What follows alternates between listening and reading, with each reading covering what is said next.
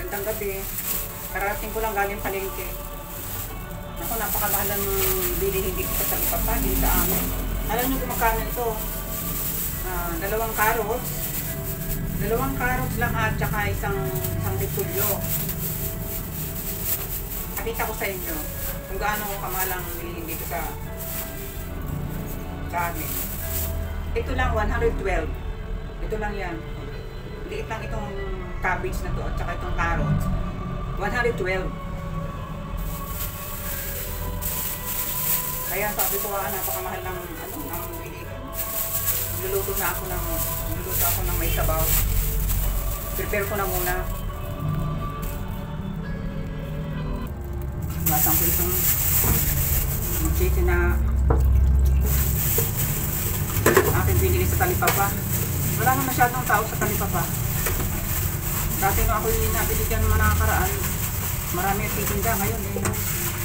Tapos wala na masyadong tao. Itong plastic ito, bago ko ilagay sa basurahan o i-reuse ko. O kaya itong hindi makumpunit na, inuhugasan ko ito bago ilagay sa basurahan para naglilis yung mga langaw pa. So kasi magsukat, sariwang-sariwang chicken. Hapla ang binili ko. Sariwang-sariwa siya. Ang ganda. Kalahati lang siya. Ako na magsabaw.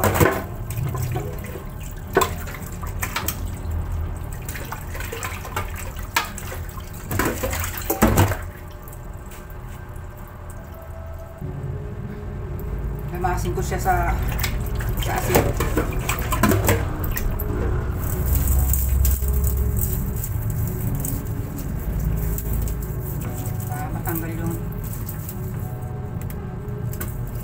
Tanggal yung mga kung ano-ano mga nakatikip diyan. Kailangan din nalama sa asin, maraming asin.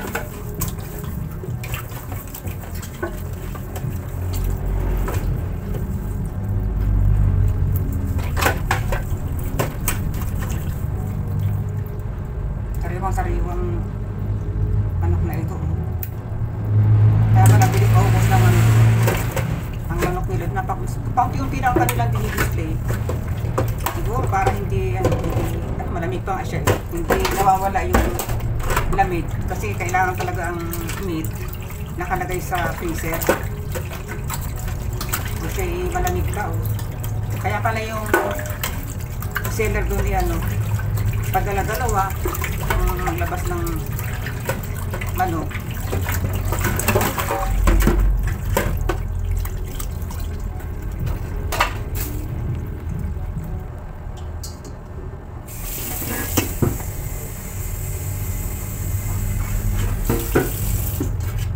Sala ko muna itong chicken.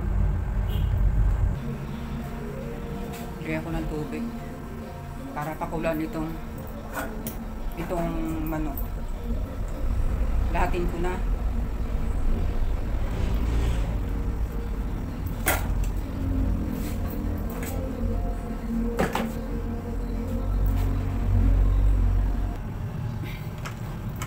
Mabalatan ko na itong aking ilalagay sa aking sabaw, sinabawan.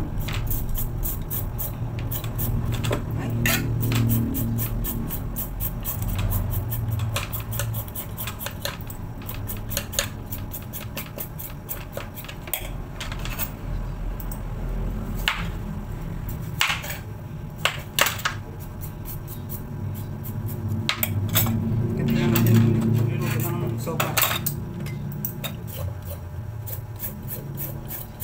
So maraming gulay.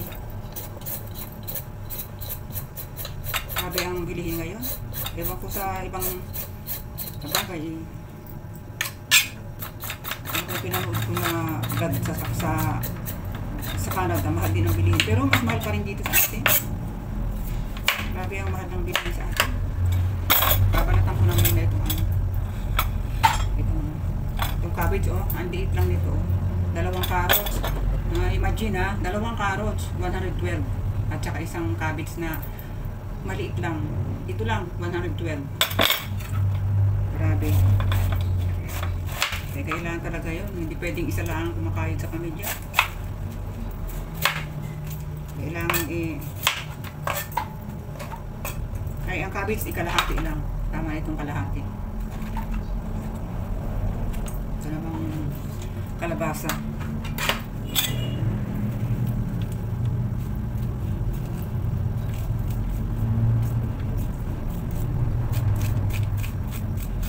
Ito kasi mga ganito hindi ko inuubos. Tinatabi ko lang para susunod na magluluto ako.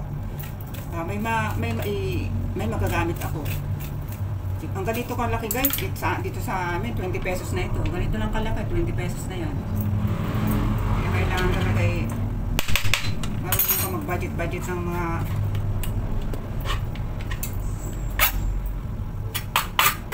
bagay-bagay.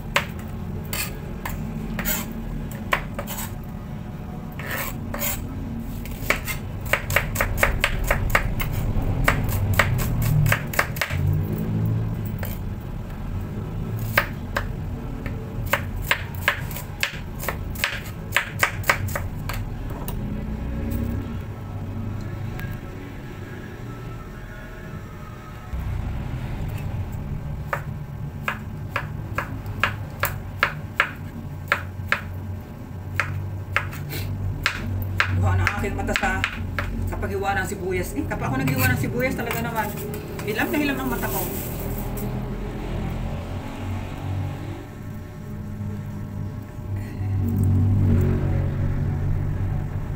Ayaw ilagay na natin yung macaroni.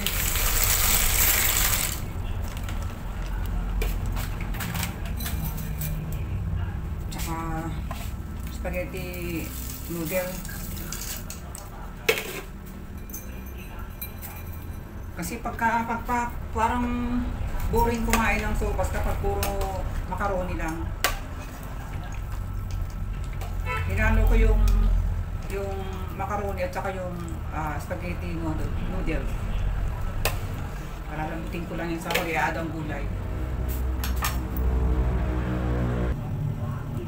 Itong lalagay kong yung adult first drink. Mas gusto ko ito kaysa yung iba. Tinutunan ko lang siya sa tubig. Mas malinamnam ito sa sopas. Kumpara dun sa compare dun sa iba.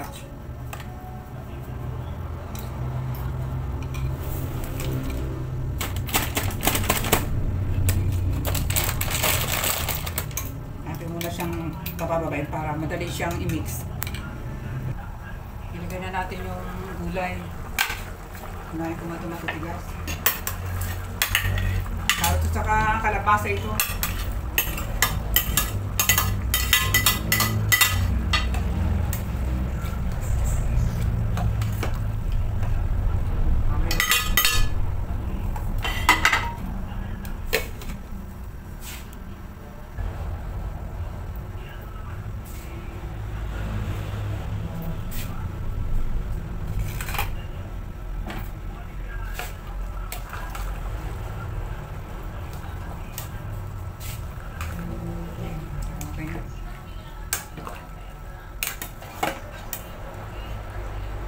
Hindi siya masyadong masabaw. Ayoko masyadong masabaw. Okay lang yan. Ayan lang siya.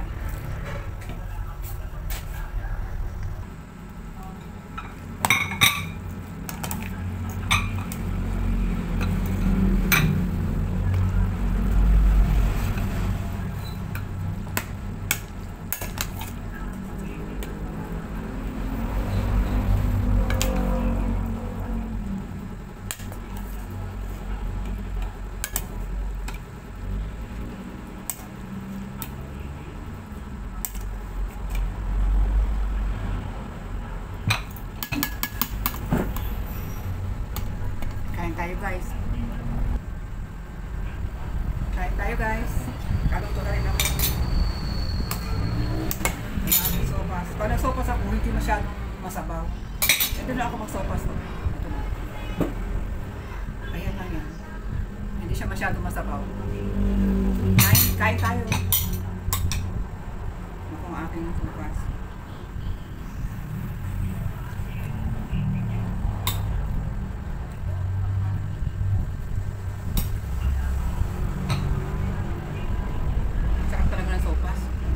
Kahit hindi ganun kalamig ang panahon, hindi na mimili ng ano to, basta sopas, favorite ko talaga.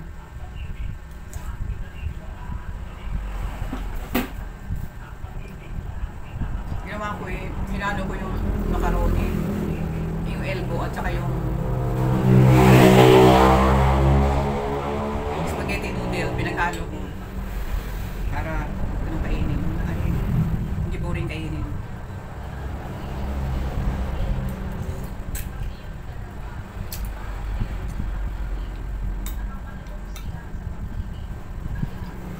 Kain tayo guys. Masarap sa sopas yung milk na adult. Kasi matatanda na kakain.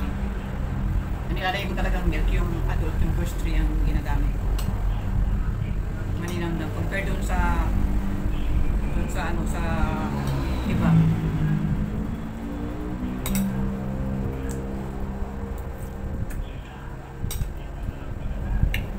Kumain ng noodles, ng sopas.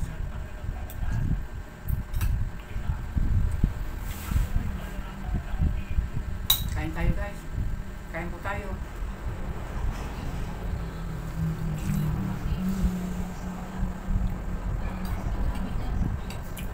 Okay guys, bye-bye muna sa pagkain ko. Ang aking kasama sasabay din yata sa pagkain sa akin. Hindi yun makaupo kapag bukas ang camera.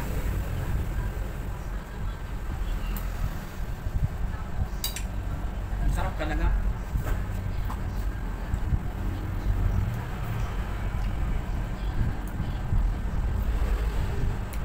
Tayo na habang nag-ano ako.